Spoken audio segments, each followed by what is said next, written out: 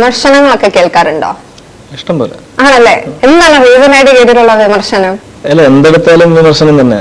Even മറ്റേ ഈ പെട്ടെന്ന് എന്റെ തലയിലോട്ട് വരുന്നത് പോപ്പുലേഷൻ കൺട്രോളിനെ കുറിച്ച് എന്തോ സംസാരിച്ചപ്പോൾ ഞങ്ങളുടെ വീട്ടുകാരുടെ, എൻ്റെ സിസ്റ്റേഴ്സിന്റെ അമ്മയുടെ ഒക്കെ ഫോട്ടോ വെച്ചിട്ടൊക്കെ ആക്ഷേപിക്കുന്നതും വിമർശനമൊന്നും അല്ലത്, വൃത്തികേടാണ്.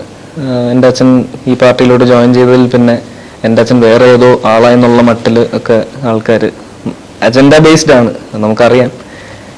എന്നാലും വലിയ സുഖമില്ല. ഞാനത് വേറെ എവിടെയോ പറഞ്ഞിട്ടുണ്ട്. എൻ്റെ അച്ഛൻ കുറച്ച് അഴിമതിയൊക്കെ, ഇപ്പോഴത്തെ ആൾക്കാരെ പോലെ അഴിമതിയൊക്കെ കാണിച്ചിട്ട് എനിക്കൊരു ഹെലികോപ്റ്ററൊക്കെ മേടിച്ച് തരുന്ന അച്ഛനായിരുന്നെങ്കിൽ ഞാൻ ഈ വിമർശനമൊക്കെ പോകില്ലെന്നും പറഞ്ഞിട്ട് ഞാൻ വിടുമായിരുന്നു. പക്ഷേ എൻ്റെ അച്ഛൻ അതൊന്നും ചെയ്യുന്നില്ല. ഇൻഫാക്ട് വീട്ടിൽ നിന്നുള്ളതും കൂടി എടുത്ത് വെളിയിലോട്ട് കൊടുക്കുക. അങ്ങനത്തെ ഒരാളെ ഒന്നും പറയുന്നത്, ഇനി എന്തെങ്കിലും ചെറിയൊരു തെറ്റ് ചെയ്താൽ പോലും പറയുന്നത് എനിക്ക് ഇഷ്ടമല്ല. കാരണം ഒരുപാട് പ്ലസ് ഉണ്ട് പുള്ളിക്ക്. അപ്പം മൈനസ് ഒരെണ്ണം എവിടുന്നോ ചെകഞ്ഞ് കുഴിച്ചെടുത്തിട്ട് പറയുന്നത് അതൊരു അജണ്ട ബേസ്ഡ് സാധനം. എനിക്ക് അങ്ങനത്തെ ഒരു ഫേക്ക് മോക്കറി എനിക്ക് ഇഷ്ടമല്ല. നേരിട്ട് ആരെങ്കിലും വന്ന് എന്തെങ്കിലും പറയുകയോ ഇൻസൾട്ട് ചെയ്യുന്ന രീതിയിൽ സംസാരിക്കുന്നതും ചെയ്തിട്ടുണ്ടോ? വിധിയായിരിക്കും അവരുടെ. അപ്പൊ അങ്ങനെ സംഭവിച്ചിട്ടില്ല അല്ലേ?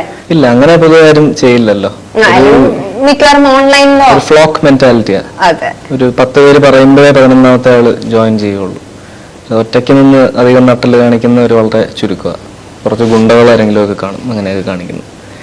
അല്ലാതെ സാധാരണക്കാർ സോഷ്യൽ മീഡിയയിൽ കുറയ്ക്കുന്നവർ ഒരു കൂട്ടം കൂടി നിന്നേ കുറയ്ക്കുള്ളൂ. അവർ ഒറ്റയ്ക്ക് നിന്ന് കുറച്ചാൽ ചിലപ്പോൾ അവർക്ക് പണി കിട്ടും. അങ്ങനെ ഒരാൾക്ക് ഞാൻ ഒരു ഒരെണ്ണം കൊടുത്തിട്ടുണ്ടായിരുന്നു. കുറേ ഇരുന്ന് ആലോചിച്ചിട്ട് ഞാൻ ഒരു മറുപടി അതിലിട്ടു. അതെല്ലാവരും എന്തോ വലിയ മാസ് പോലെ ഏറ്റെടുത്തു. ഞാൻ അതൊരുപാട് വേദനയോടെയാണ് ചെയ്തത്. നമുക്കൊരുപാട് പെയിൻ ഉണ്ടായിരുന്നു. ആ മാസ് എന്ന് പറയപ്പെടുന്ന ആ സാധനം ഡെലിവർ ചെയ്യുമ്പോഴും ഭയങ്കര പെയിനോടെയാണ് ചെയ്തത്. പക്ഷെ ആൾക്കാരെല്ലാം എന്തോ ആഘോഷം പോലെ അങ്ങനെ ഏറ്റെടുത്തിട്ടാണ് ചെയ്തത്.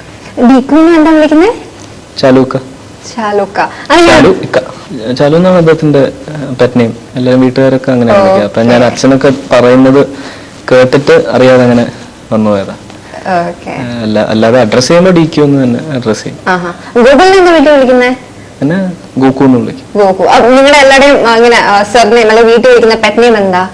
ഗോകു, ബാഗി, ബു, മാഡി. പേരിന്റെ ഏകദേശം ആ ഒരു ചേരുവ വെച്ചിട്ട് തന്നെ എല്ലാവരുടെയും. ഭാഗ്യ, ബാഗി, ഭാവ്നി കുറച്ച് കൺഫ്യൂസിങ് പേരാ. അതുകൊണ്ട് ബൂന്ന്, അച്ഛനാ ബൂന്ന് വിളിച്ച. അച്ഛനെല്ലാം തോന്നുന്നു എല്ലാരെയും ഈ പേരുകള് വിളിച്ച്. എന്നെ അമ്മയാന്ന് തോന്നുന്നു. ഗോകു എന്ന് ആദ്യം വിളിച്ച അമ്മ, ബാക്കി എല്ലാവരും അച്ഛനാ. ഞാൻ സോഷ്യൽ മീഡിയയിൽ കണ്ടൊരു കമന്റ് ആണ്, അതായത് ഗോകുലാണെങ്കിൽ ചില ആസ്പെക്ടിലൊക്കെ സുരേഷ് ഏട്ടനെ ഇമിറ്റേറ്റ് ചെയ്യാൻ ശ്രമിക്കുന്നുവെന്ന്. അപ്പം ഇത് എന്താണ്, ഗോകുലിന് എന്താണ് തോന്നുന്നത്? അവരിരുന്ന് കണ്ട് പറയുന്ന പോലെയാണല്ലോ പറയുന്നത്. ചിലപ്പോൾ മൂവീസ് ഒക്കെ കണ്ടിട്ടായിരിക്കും അവർ പറയുന്നത്. അപ്പം അവരോടൊക്കെ എന്താ പറയാനുള്ളത്? അങ്ങനെ ഇമിറ്റേറ്റ് ചെയ്യാൻ ശ്രമിച്ചത് സക്സസ്ഫുൾ ആയിരുന്നെങ്കിൽ ചിലപ്പോൾ ഞാൻ വേറെ ഏതോ വലിയ ലെവലിൽ എത്തിയാനെ.